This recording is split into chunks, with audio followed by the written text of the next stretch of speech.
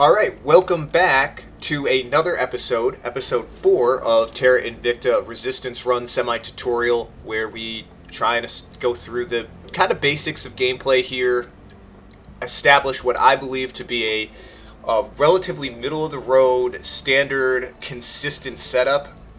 Again, I talked about getting out to Jupiter quick. That might be something we do.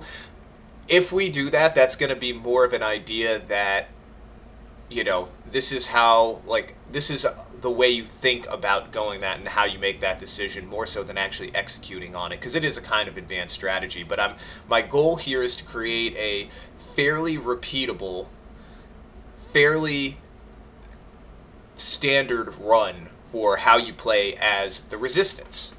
To recap, the first things you look for are going into Kazakhstan.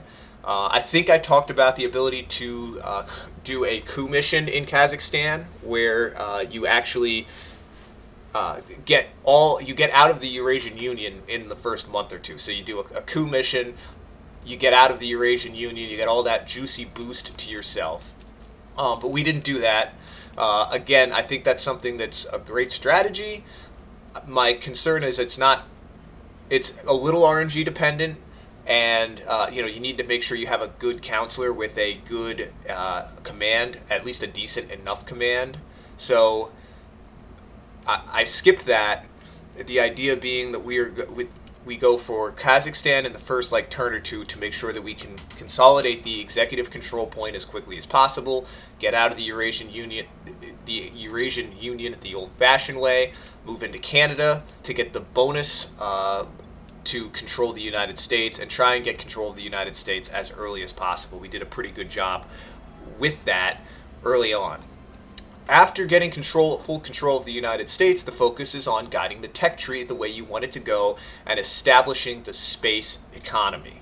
Now, if we look, I have not done much of the missions for the Resistance, right? The story missions. That's probably going to change. We're up on our control point cap. We'd like to be able to take Canada back. Canada costs about 45. Once you get enough of the missions done for the Resistance, and really for any of the factions, I'll call it main story mission, which will establish your faction's goals for the rest of the game. In the Resistance's case, it's called Defend the Earth. You get 40 extra control point cap for a very cheap cost. If we look at our tech tree right now, wrong one, and we look at something, do we have anything in here that will give us transnational coordination? Great, perfect, exactly what I was looking for. Increases control point management capacity by 40, okay?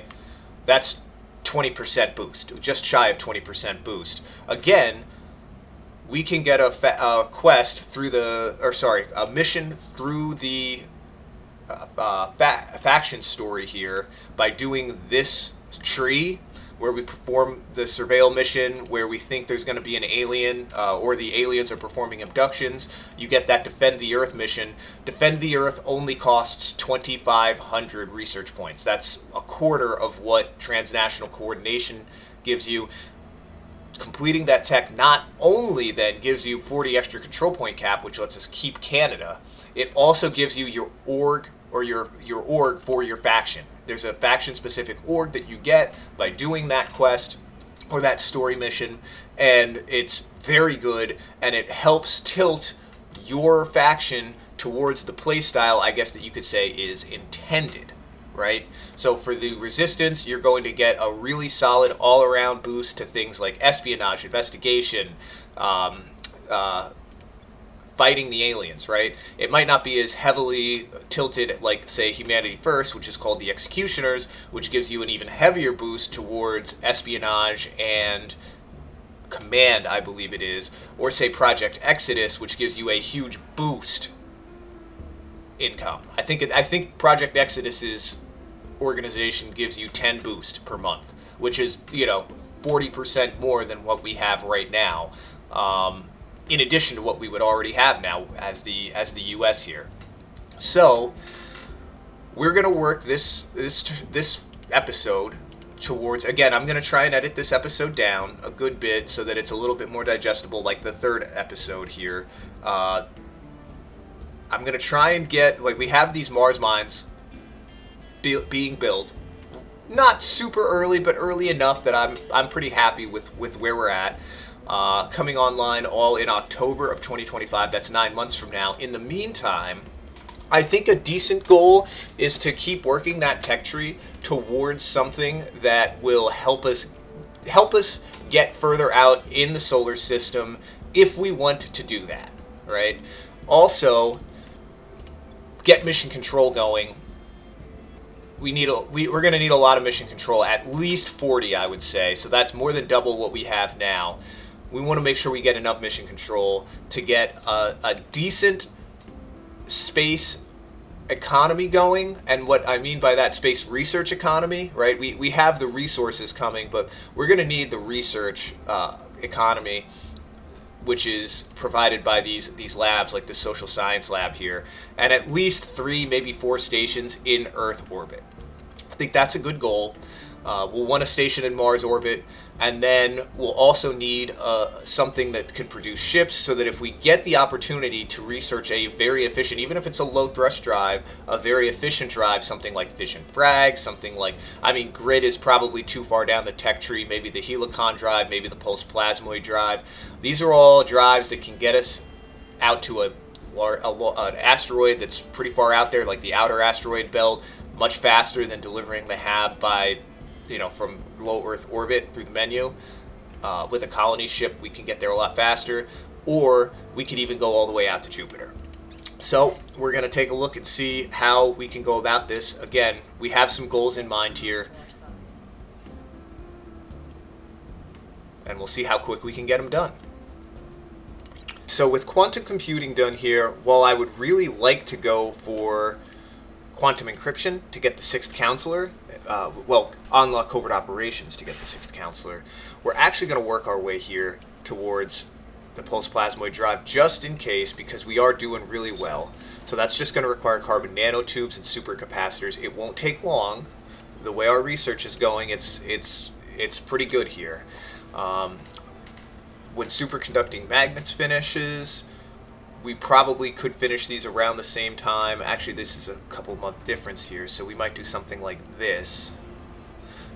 I like that the servants are really helping out in industrialization of space. They might be winning and beating our research right now, but we will finish this faster. Probably the AI is going to try, and since this is a smaller tech, they're going to try and rush this, and it'll get done very quickly. Offering assistance. I will help them. I believe they'll stay loyal to the cause. I'll bring assistance. Problem solved. Perfect. Alright, so with that assassination done on one servant counselor, I'm going to try for a second one here because we have the intel on target. It's a huge boost to your ability to assassinate, an extra 5. So this is their highest counselor, their highest espionage counselor.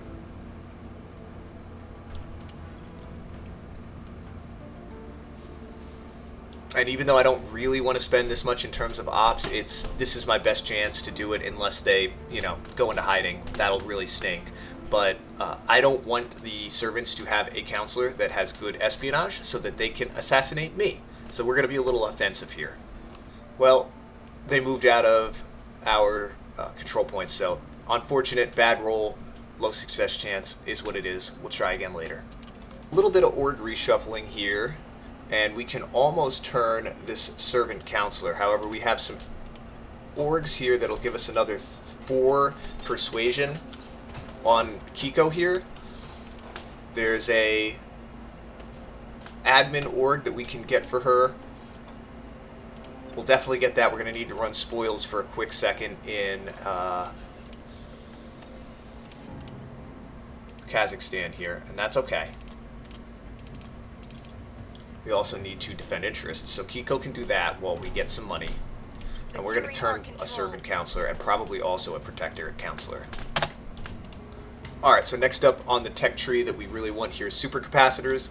Superconducting magnets is also almost done. Again, we're kind of we're splitting our ideas here, right? So if we look at pulsed plasmoid drive, this is not objectively great, but it is fine. It will get us wherever we need to go. We need these techs, so we only need superconductors. It's got a 54%, or sorry, we only need supercapacitors, and pulsed plasmoid drive has a 54% chance to unlock. And then if we look at the helicon drive,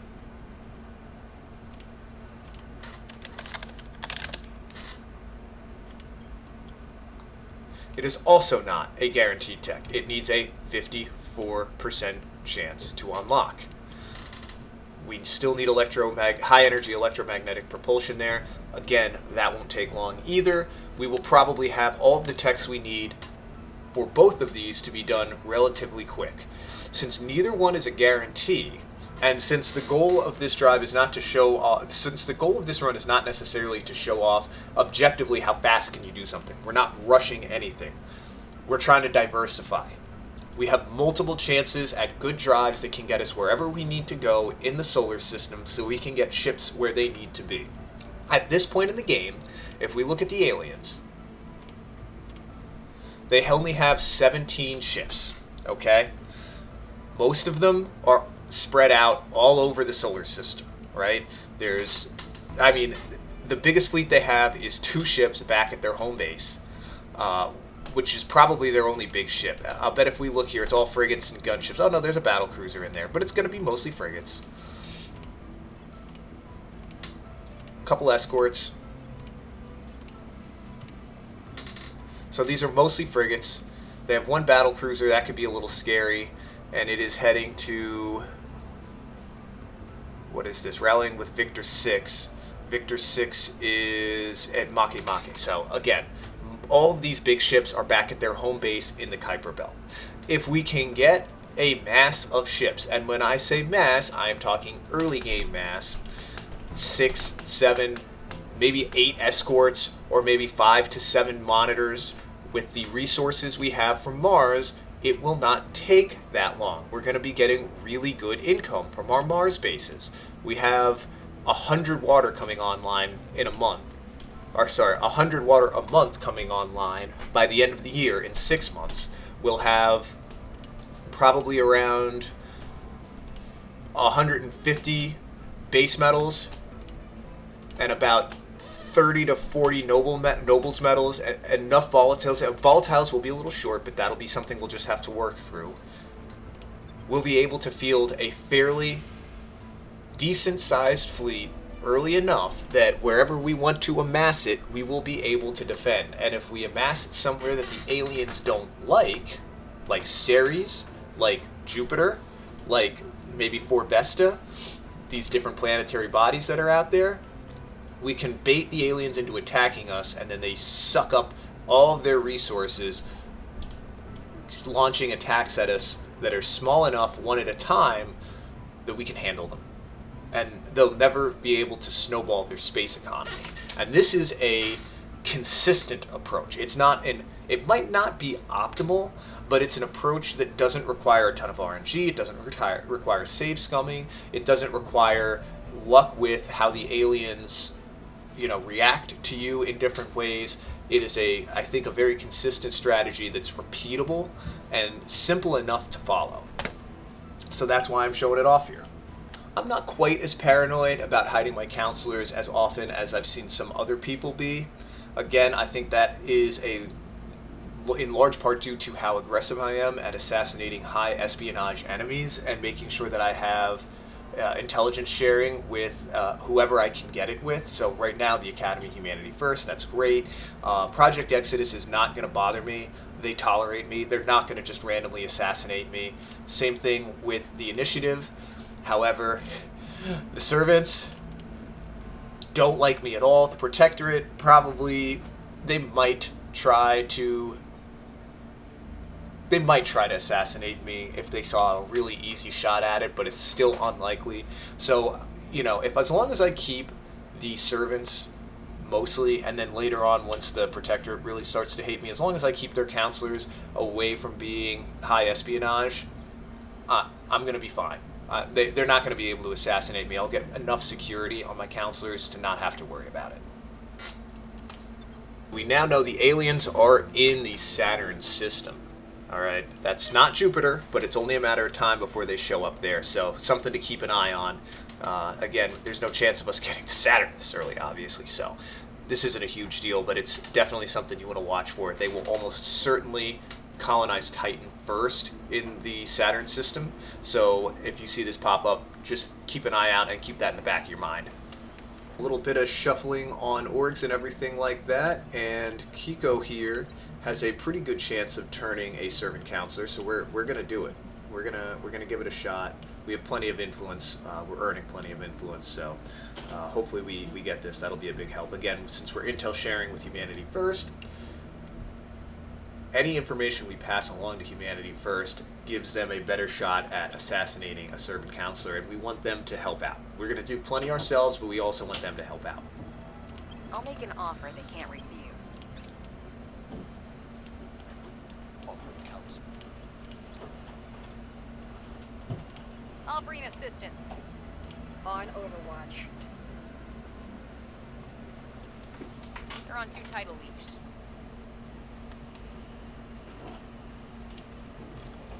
No luck there on the roll. We have a servant counselor. We got a critical success there, so that's really nice. We will, what I like to do for this is set the chance for them to fail these missions to 0. Like, you can make your spy automatically fail missions, which can be super handy if you do happen to catch that they're running a mission you would really not like them to run against you. Just bump that up, fail missions when, even if they have a 100% chance, like, just automatically fail it. That can be useful in certain situations. To be honest with you, I never noticed when that is the case. I'm not paying attention to what they do. I just want to know what all their counselors are up to at all times. So every once in a while I'll check in and see what their stats are. And again, if I see somebody with high espionage, they're gone. Hopefully Humanity First gets a few of them too, since we're passing on all this information. Like, if we look, we know what all of these are. So a Fixer, obviously probably going to have decent espionage. A Inspector, also going to have decent espionage. We probably want to get them. Something else that you can do is, if they're up on their control point cap, so if we look at their resources, they're over their control point cap. If you find somebody that, one of their counselors that has very high stats towards control point, like this one right here, 10 admin, 3 command, 9 persuasion, that adds up to 22 per control point cap that is going towards the servants. If you take out that counselor, they're going to drop their control point maximum from 278 down to 256, and they'll be 46 control points over that. They will lose influence very quickly. They're going to have to release nations. It'll be very easy to crack down on their nations that they have control points in, and most likely it'll take them a few months to recover their influence to the point where they can actually replace their counselors. So something that's really good for is just to keep that faction out of the game for as long as possible. Like, you can see they only have 11 influence right now.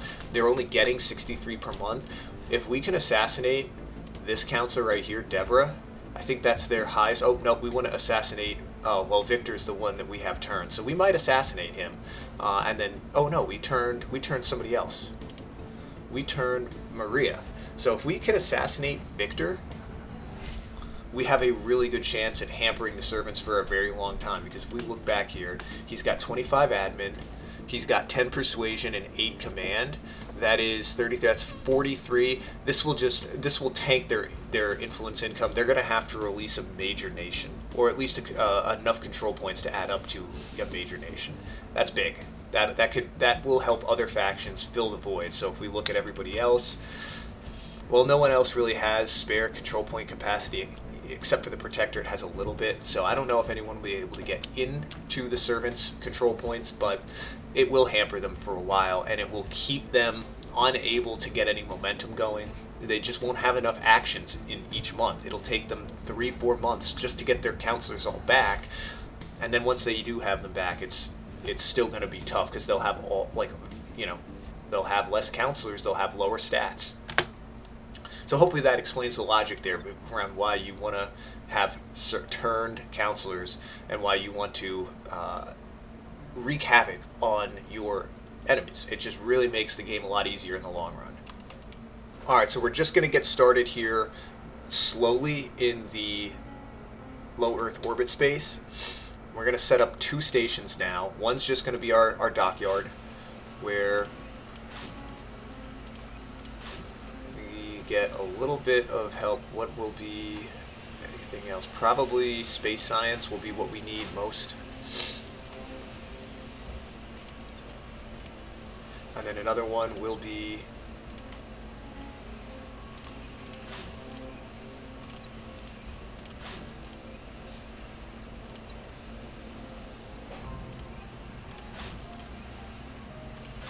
just space science.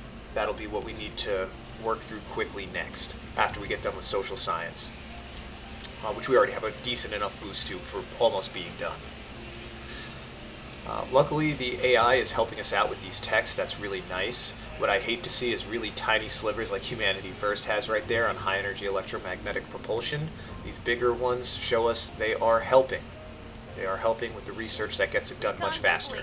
So there's high energy electromagnetic propulsion. At this point, we've got like all of the techs we need. We have to make the decision, do we want to start going towards something that like will help us in the space economy, or do we want to get asteroids here, right? We want to get out to the asteroids. So we're going to go there. We might look at mission to Jupiter after that and just see how it goes. Okay, now that we have industrialization of space, we can kind of focus on getting some other stuff done here. I'm going to research Lawrence Drive just to see. We're going to set it up. It's only 800 research. I just want to see how long it would take to do a transfer if I designed a ship out to something like Ceres or Fort Vesta. We're going to get the construction module and the fission outpost kit relatively quickly now that we've researched industrialization of space. Mission to the asteroids will be done here. We'll bump that up a little bit more inside of 6 weeks. Our Mars mines are online now. The first 2. We still have 2 or 3 more coming up. Water income shoots up. Base metals and nobles income not that great, but we're doing really well on water for only having 2 mines online, and the rest come very quickly. I think at the end of the month. The end of the month, yeah, the 29th. So that's good. We like that. One really nice thing about having, and I don't even know if this really applies. I think you can kind of look this up. Regardless, we can check the research on the servants, exactly how much they're putting towards each one and where they're at in terms of how much they've contributed, including their engineering projects. So, you know, the more I can keep them out of getting through their path. They already have Path to Paradise, but the more I can keep them out of their story missions, so Alien Origin and all that stuff, the better. I will delay this as long as possible. I'm going to sabotage this. So I have a 70-some% chance with Kimberly here. Keeps them just further back behind everybody else. And there's a Protectorate counselor turned. Really good, really good. Just love that.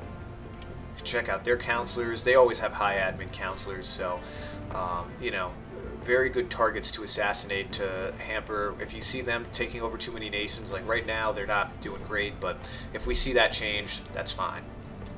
And the last of the Mars mines came on there, so that's fantastic.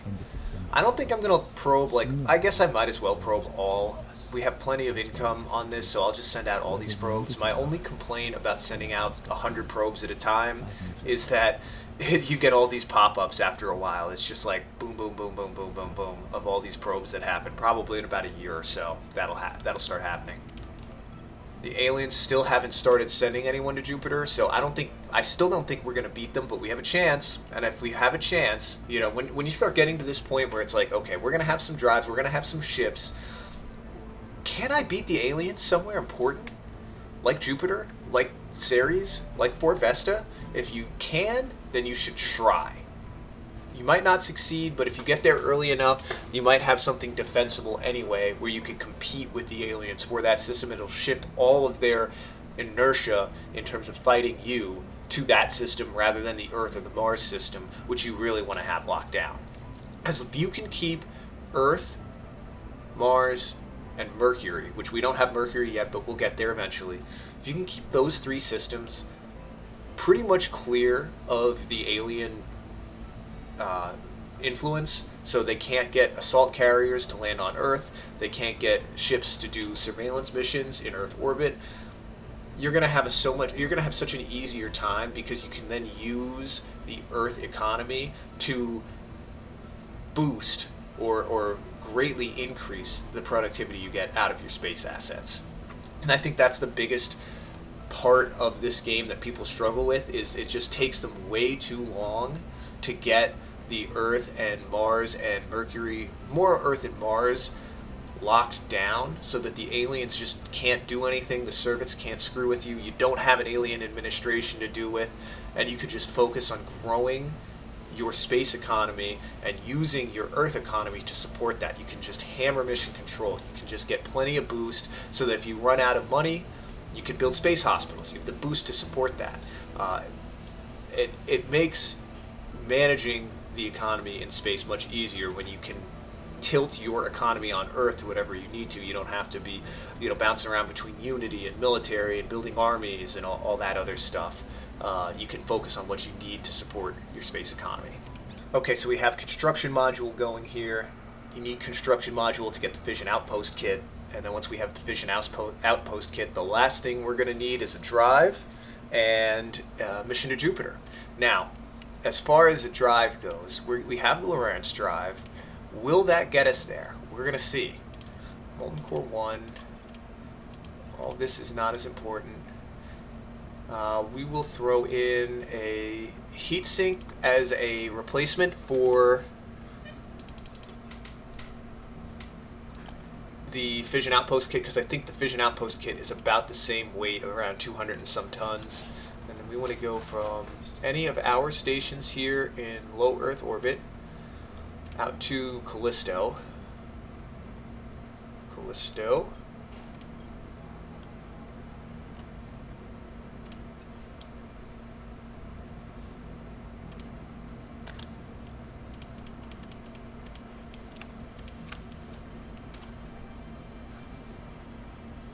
So if we launched this ship now we're in a great transfer window for Jupiter, but if we launched this ship now, we could get there in 22 weeks. Again, this is not a combat capable ship. We need other ships behind this to support the combat capabilities, because the aliens will start gunning for us if we get this ship out to Callisto. They want Callisto really bad. It's their favorite spot to colonize. It's got like the best resources. We also don't quite yet have the mobile science lab, which is going to allow us to prospect that with a ship. So if we look here, we can work towards that. This is very promising, all right? And this goes to show you there's a million ways to play this game. I've never used the Lawrence drive before. I don't think I've ever researched it before. I've had my favorites, and it's fine. So we need space research in order to get the mobile science lab. And space research is down here, so we still need augmented reality. We can pick that up quick. They're both cheap techs. These are going to be done soon.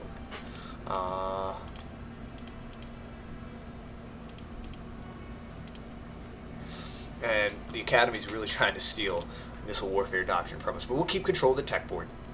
So that's the plan. I think we're going to try this. It's only 2025. We might be able to get this done, I don't know, relatively, we could probably get a ship out there, maybe 2 or 3 ships out to Callisto or Europa or any Ganymede, whatever, something in the Jovian system by middle of 2020 or the end of 2026 or early 2027. Again, that's not quick, that's not rush, but it's fast enough that the aliens won't really be able to do too much about it. They'll be able to send a couple of ships at a time, and we'll have a chance of defending it and eating up their resources. Okay, so this is a little annoying. They're launching a decent-sized ship towards Earth, but we might be able to deal with it by the time it gets here in a year and a half. So keep an eye on that whenever the aliens are sending fleets in the early game. You'll get a notification if it's an assault carrier. That's definitely something you want to try and deal with, even though they hate it. It's, to me, it's just way too annoying to try and deal with unless you have the spare capacity to really bump your armies. Like if you're playing if you have the control of the U.S., if you're playing a China run through, you might be able to get something with that. But you know, I like to try and avoid getting into Earth wars. We have a space war to deal with. That's enough. Well, that's super annoying. Get a random event that just destroys one of your space mining outposts.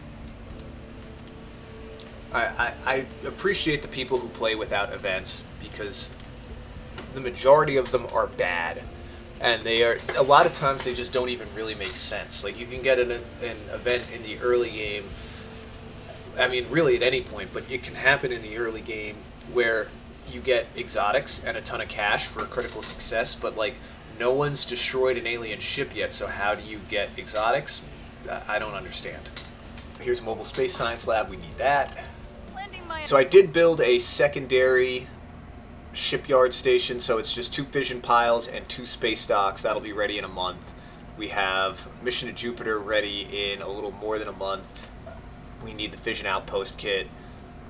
I'm going to get patrol vessels at some point here after all of this, and I'm just immediately going to start on getting a fleet ready to go out to Jupiter, and we'll get there by the end of 2026, I think. Maybe early 2027.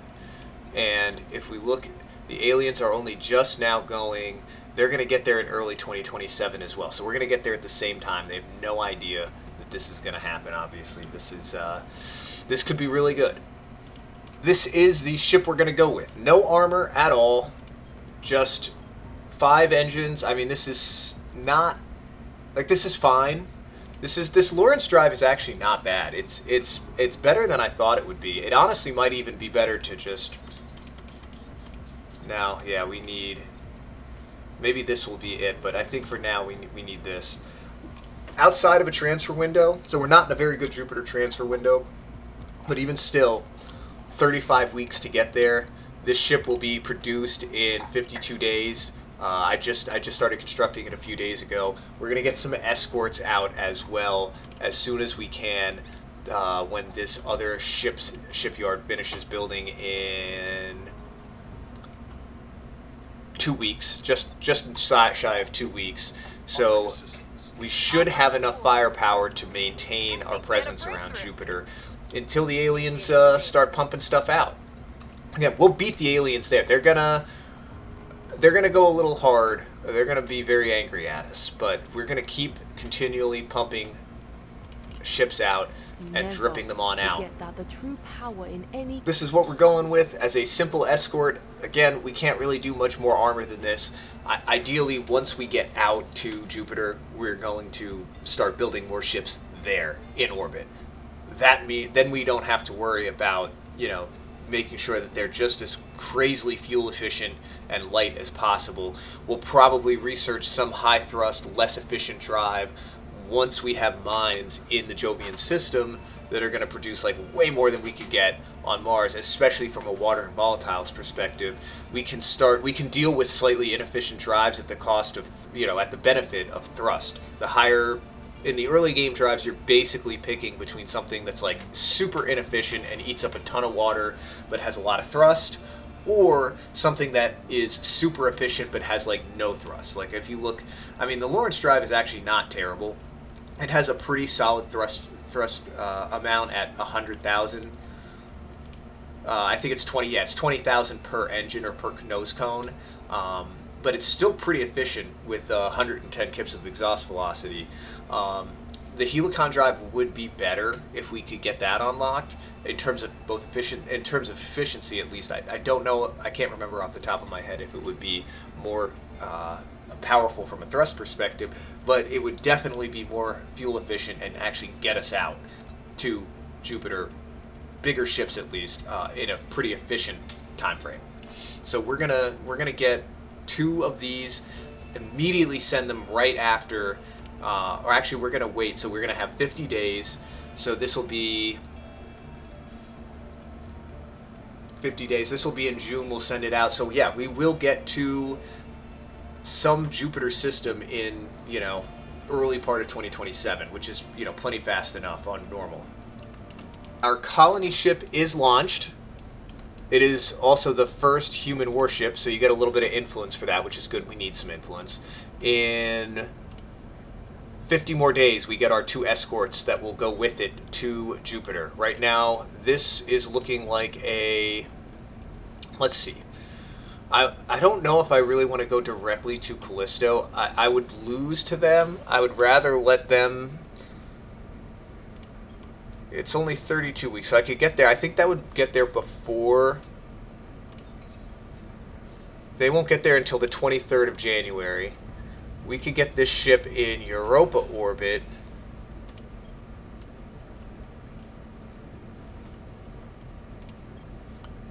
On the 18th, 5 days before them.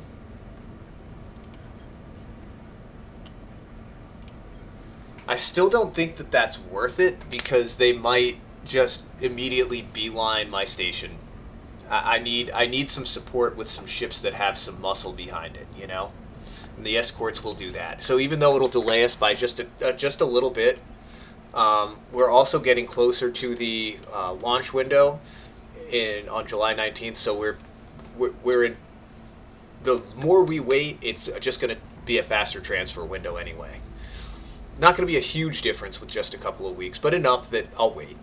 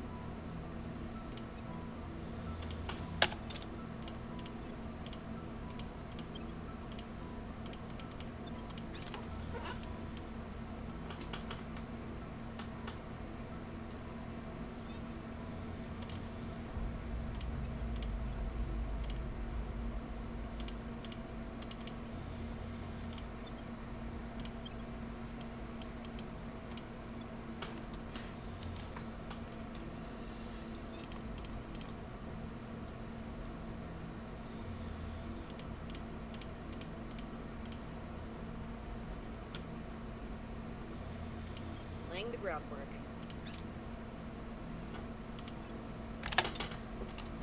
We're just going to switch up, now that we're maxed out on mission control from Canada, we're just going to switch this up, see how much research we can get out of Canada.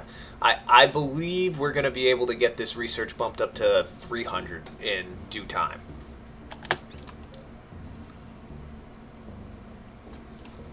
Unfortunately, that's pulse plasmoid a little too late. The Lawrence drive is already being built. I don't think we'll ever use this. It's possible, but it just spawned too late, But that's, again, why we're spreading our eggs over a couple different baskets here for these different drives.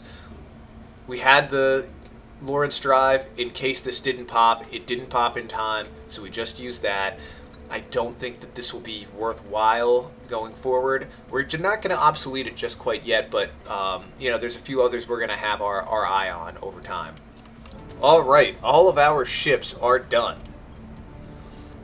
We are essentially in a launch window now.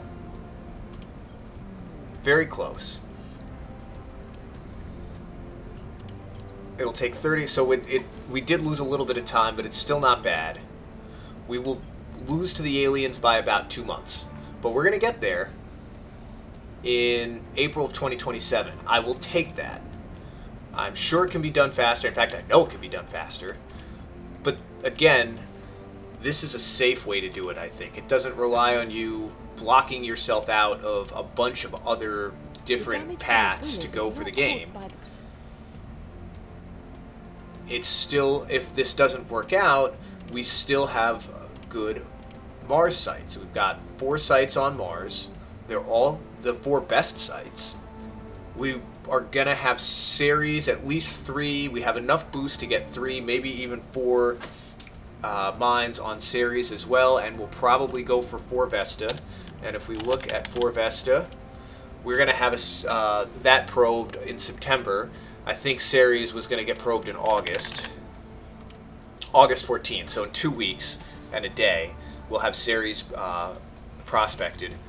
So we can get the two best asteroids, basically, or these are really dwarf planets in the asteroid belt, but the two best asteroids, and then the couple best sites on Mars. If we can get a couple sites in Jupiter, even if they don't last forever, if we can defend them long enough to kind of juice our space resources and help us build a fleet that is virtually impenetrable by the aliens while wasting their resources attacking that station out there, we'll be able to counter the aliens by 2030 something. And in fact, from a tech perspective now, we need to catch up on some faction projects that we've been ignoring. I don't need too much, right? There's not too much that needs to be researched here because we can make missiles last for a long time. We'll probably, the gas core fission is already happening, so we'll be able to get a decent drive to last us until we go fusion. After we research enough technology to kind of hold off the aliens for a couple of years, we're going to start beelining the fusion tech tree and getting our first fusion drives as fast as possible. We'll start stacking up research in Earth orbit, on the moon, maybe even. We'll get all of our bases upgraded to, even if we don't upgrade the mines on Mars, if we get all of our bases upgraded to the level 2 bases, we have a lot more things we can put down there. So we'll be able to run a ton of research on the moon and in Earth orbit. We'll be able to run some research universities. Again, this extra resource production allows them. We just had Research University pop, so if we look at Research Campus, the hard part for this is they cost emission control, so that's going to stink, and it's got a huge cost. It costs 8.8 water and volatiles for every one of these. So you're putting up a ton of mission control and a ton of water and volatiles, which are tough in the early game here, or the early mid game. I would say we're decidedly now in the mid game for 60 research. All right, so to get a decent amount of research, let's say we want 10 of these. All right, I mean, we're going to have to put up 80 water and volatiles. Now this can be mitigated, right? The crew support can be mitigated and just get this down to here with the farm, right? But if we get 10 of these, that's a 50% bonus to our research right now.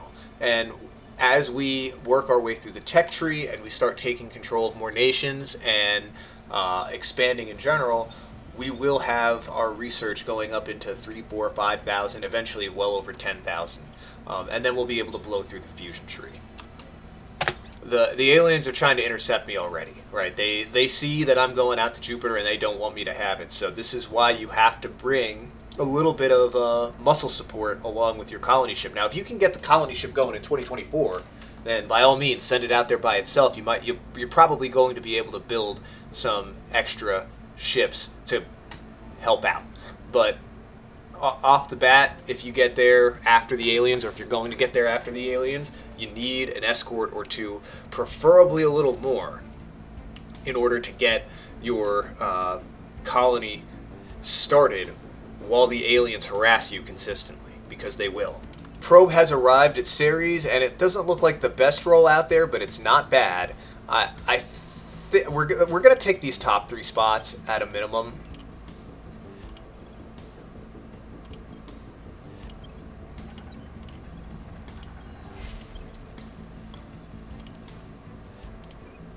And just build them on up with mines. I do want to be careful here with the resources. So these bases are going to be pretty simple. Just a mine, a fission outpost, and the core. That way I don't, mines can be pretty expensive to build the mining facility, even the level 1. So I don't want to tie those up. It might be faster to bring a colony ship out to Ceres from Earth rather than just send it through the menu here. But I don't want to tie up my shipyards with a colony ship. I'm probably going to need to be producing more warships to help support whatever the aliens decide to do when they see that I'm heading to Jupiter. There's a couple of orgs that you want to look out for. This is always fantastic because it gives you some good stats and it gives you the admin to go with it. So we will take that right off the bat. I don't really see the point. I mean, I know it'll pay for itself quick, but I don't like picking up these small ones because I end up forgetting about them for a while. So that's great right there. So we're getting all of our Mars bases up to the second tier. We're not going to do the upgrades to the mining outposts yet. We're just going to upgrade the stations themselves so that we can get more modules in there. We're also going to do the same on Earth. We have the mission control. We're going to be coming up on our mission control cap. However, we can just get around that by going like this. We don't need any more unity. Government's fine for now. Inequality is down to low. So we're just going to mostly work on mission control for the next probably year. I said we'll need about 40 mission control. That's generally true. I mean, it's still true, right? We'll have 5 combat ships in orbit of Jupiter. We will have a couple of Jupiter... if we get 5 more mission control from here, we'll have enough to get 2 or 3 bases on Europa, as well as have 5 ships, combat ships in orbit. We're going to want to bump that up to get 10 to 15 combat ships in orbit of Jupiter if we're able to hold it, and then another 10 to 15 in orbit of Earth, and then probably another 10 to 15 in orbit of Mars. And that'll be good for now. We'll probably want to get a few in orbit of Ceres as well. Getting layered defense arrays will be a huge help for that. The aliens AI is designed to sniff out weakness. And if we look, I think we still need militarization of space. I may have researched it already. No, I did not. We did not research militarization of space. So we're going to have to get the control of the board back at some point here. I still want to make sure that I have everything that I need to fight the aliens lightly. Missiles, decent armor, a decent drive. That's all. You need something with decent thrust, because eventually what we'll run into, and I want to point this out now and I want to hammer it home so that everybody understands this before they try a strategy similar to this. The aliens get into this weird loop once you start to put up bases on a Jupiter planetary body, like Callisto or Ganymede or Europa. Not a station in orbit, but a planet, where they try to bombard it immediately. And you run into this loop where if your ships are using these electromagnetic drives with really low thrust, it takes them hours to intercept that fleet coming in. And the aliens can bombard your base on whatever planet it's on or whatever moon it's on way too fast. And you just run into this problem where you can't intercept them fast enough. They come in, they blow up your base, they leave. You can't kill their ship. You build another base. They come, bombard it again. You can't intercept it before it's destroyed. They leave, and it basically eats it flips the tables of what you're trying to do, where you're trying to eat the aliens' resources, have them send ships, and then when you defend yourself, you don't generate the hate that you generate by attacking them. So you can get free pot shots in at them when they attack you, eating up their resources, making them send small ships, and never letting them progress down to their bigger ships. I mean, I know they have a few they have 1 dreadnought and like a couple of battleships already. That's fine. We could honestly we can beat one of those if it's not in a huge fleet. The problem is going to be if you don't do something like this to eat their resources, they're going to start sending fleets that consist of like a dreadnought, 2 battle cruisers, 5 destroyers, and a couple of corvettes and gunships. And that's a really difficult fleet composition to build, because they're going to have big ships that will just slowly march towards you and zap you with really powerful lasers, and really fast small flanking ships to get around and shoot the weak parts of your ship's armor without really taking any damage themselves, because missiles can't really do anything about that. You need green arc lasers at least, at a minimum, to defend yourself from that. And for instance, we are